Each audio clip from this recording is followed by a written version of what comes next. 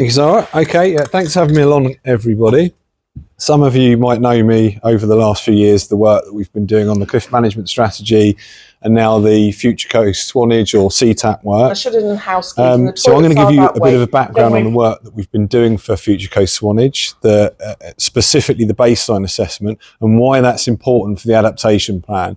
So it's not a test, but actually paying attention to some of this will help you. So the things we're going to be discussing and building on later are the sort of thresholds, so the natural things that happen that create coastal change. So are there any we've missed, for example? You might have, your local knowledge might enable you to have spotted other things that we've missed. And then actions that fall out of those thresholds. So are there any things that I'll give you some examples of the kind of actions that we suggest, but you might have some other good ideas. So there is some reason for me presenting the background here. So as you're probably well aware, the frontage is between Allwell Stream and Sheps Hollow, as shown there. And an adaptation plan outline. So what is it? It's a strategy for managing the impacts of climate change, sea level rise and coastal erosion. It identifies risks. So we've undertaken a baseline assessment. It's not about reinventing the wheel. We've brought together all the best science along the frontage, some new bits that we've undertaken to basically understand what's happening and where. The processes aren't the same all the way along the frontage. There's different geologies, there's different defences. So it's understanding what's going to happen where. The plan will provide, will guide action, clear practical measures for adaptation. And ultimately it will define pathways which will comprise initially some of the options that we develop for Future Coast Dorset. So that might be surface and groundwater controls, get water out the cliff, slow down the erosion rates. We'll look at triggers that you'll be building on later on in the Ketzos. So these are things that would initiate actions such as cliff recession events or storms that might cause cliff recession events. And then actions, the things we might want to do about it, such as monitoring or rollback or drainage or whatever. And as the quote on the right there says, Dorset Council are consulting everybody here and the rest of the community on ideas that feed into this adaptation plan. Okay, so this has come about really because of the shoreline management plan that was agreed 20 odd years ago. So for this frontage, you've got a hold the line policy till 2055, where we maintain the current structures, the groins, recharge the beach. The seawall is privately owned, so that's slightly different. And then beyond 2055, you've got managed realignment, where we're trying to work more sustainably in the long term with natural processes. So it would be a good idea that the adaptation measures we put in place, adhere to those kind of principles. Okay, site evolution, and I know a lot of you know a lot about this, but the reason it's important is understanding how it's evolved gives us the basis for understanding what will happen in the future and what we need to adapt to. So as you all know, there's a long history of coastal erosion and cliff instability. The cliff is protected by the beach, seawall and timber groins. I think they first went in more than 100 years ago. So they have slowed down, certainly in the southern half of the study area, the cliff retreat rates. But even with the seawall in place, the cliff weathers and can fail and retreat over time. And I guess the other piece of the puzzle is with climate change, so increased winter storm intensity, rainfall intensity, things are getting worse and cliff instability is getting worse. So the geomorphological baseline assessment, what does it do? What we're trying to understand is the changes in landforms and features, materials and processes. So for example, we'll see later on, we distinguish between the cliffs that are sandstone and the cliffs that are sandstone and mudstone. Mudstone being the weaker link in instability and prone to undercutting by the sea, prone to the effects of rainfall in instability. So it fundamentally changes the behaviour as you move along the frontage. The chines also behave quite differently. I think I covered that for the materials, defences, control the form and the behaviour of the cliff. And that also means that different parts of the frontage require different adaptation measures. And the other thing the assessment does is it provides a baseline for which to measure future change, and also to measure the performance of options or adaptation that we put in place. So if we try and drain a cliff, or try and keep water out of a cliff rather than drain it, how does that perform over time? Oh, you've lost the picture. That's weird. There we go. Okay, so the sandstone cliffs, so this is predominantly the cliffs at the, we've got an undefended bit north of the site here, but within the site, they're the ones at the southern end of the site. They're relatively resistant compared to the mudstone to erosion. They still form pretty steep cliffs. They weather over time, so you can imagine historically without the seawall in place, they keep getting cut back and you never get this softening of the rock. But because the toe's held in place, the soft rock and the rock softens, and then they're prone to rock falls. And typically the cliff retreat will occur in regular, relatively small increments, small rock falls. So some of the options I talked about, deep drainage and using vegetation to bind the soils and get moisture out of the cliff is likely to be pretty ineffective on sandstone. Surface water control could be beneficial. But the good news is with the seawall in place, and it certainly is going to be for 30 years, and other defences, cliff instability and recession will gradually reduce. So the cliff will retreat until it starts to get towards a more stable angle. It won't completely stabilise, but the rate should naturally reduce until 2055. One of the ideas that would be quite good for users of beach huts and the beach is a barrier system. So could CTAP funding be used to put in a barrier, a more coherent barrier system to protect beach users? We'll come back to that. I don't know why I've got several, there's several images. I didn't realise. Okay. So, mudstone.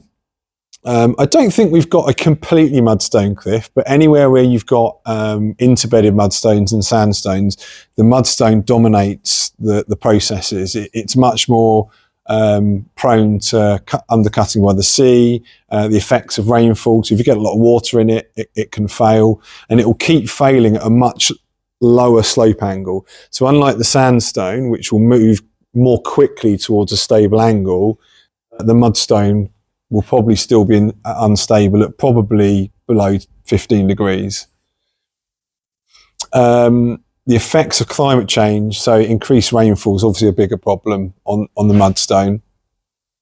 However, drainage is potentially effective, and keeping water out of the cliff is potentially effective, and so is vegetation, which can be used to bind together the soft soils, and also it naturally extracts water out of the cliff. Some other pictures, and then the chine processes. So these are the steep-sided valleys that drain to the shoreline, like Burlington Chine. They're quite similar. All of them have got mudstone, so really they're susceptible in the same way as the mudstone cliffs, and the same solutions like drainage and vegetation are potentially applicable. So, with all that in mind, those are just some of the examples: sandstone, mudstone, and the chines. We've separated the frontage. The top map is the assessment area. We've also assessed a more widely eroding natural area to the north of Sheps Hollow, but it's the top map we're interested in here. And we've separated the site into a number of cliff behaviour units and chine behaviour units, and they characterise a certain set of materials and behaviours within those units. So what might be appropriate in CBU1 probably isn't appropriate in Chine 1. There's different things that we need to deploy in different areas. We've defined a series of cross sections. I haven't got them all in here because I'll bore you to tears. And this is the sandstone cliff. And I think this just makes the point that in this one here, while the seawall's in place, you'll gradually get the bottom of the cliff debris will build, the top of the cliff will gradually move back until it moves towards a point of stability.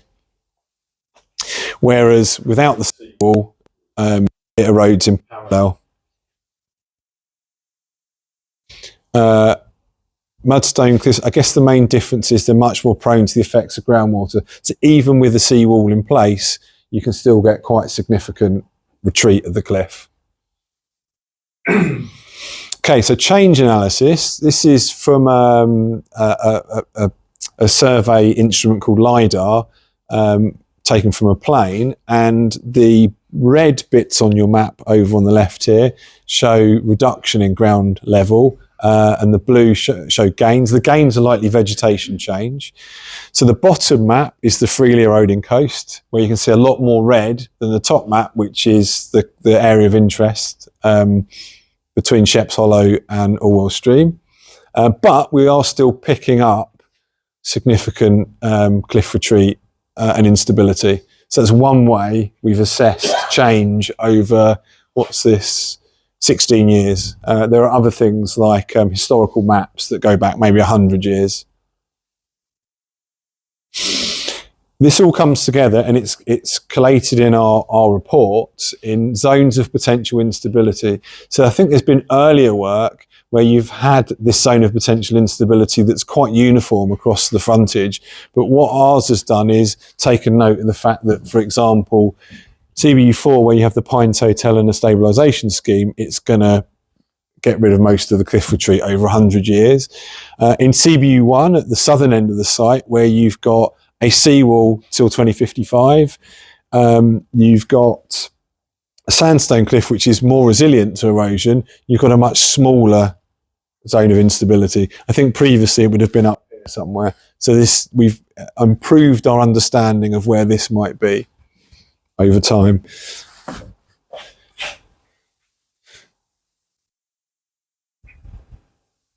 How am I doing for time? Am I still okay? You've had 12 minutes. Now I'm absolutely flying through. I need to slow down. Okay. Adaptation pathways. Actually, this will take me a bit more time. So they're a structured approach to strategic decisions to help the community, help the Dorset Council manage the impacts of coastal change. As I said, we're trying to make them specific to the hazards that are present, and the hazards aren't uniform across the frontage. The plan will consider the shoreline management plan policy, so we have to adhere to that, and also the future Coast Dorset options, which we can talk about today. They're almost like actions that we've already identified. So we've made observations of change, and we're saying that these future Coast Dorset options are things that we need to do straight away. The adaptation plan will deal with other things that we need to do in the future, as well as future Coast Dorset options. We will set out actions that lead from triggers, where the actions are interventions, measures taken to manage risks and adapt to the changing coast, and the triggers are things like storms and coastal erosion and landslides, or anything else that we might have missed. Okay, so here's some triggers. I think I've defined it again. They're thresholds in processes that can be measured to determine when an action is required. So we've got impacts of climate change. So sea level rise obviously brings wave action into contact with the cliff more often. Increased storm power with increased wind levels. Obviously, again, erosion of the toe of the cliff. Increased rainfall leads to increased groundwater and instability, particularly in the mudstone. Extreme storm events. These could lead to loss of the beach, which protects the frontage, protects the seawall, protects the cliff. You could roll back the beach and basically pinch it out of existence against the seawalls. The water levels rise, the fine sediments get transported away, essentially. The water's too energetic for them to persist in front of the seawall. Okay, some more. River flooding, not relevant to Swanage. Cliff toe erosion, definitely is. Cliff instability and landslides. Cliff top recession, which we all want to stop. Coastal defence damage and failure. Coastal defence outflanking.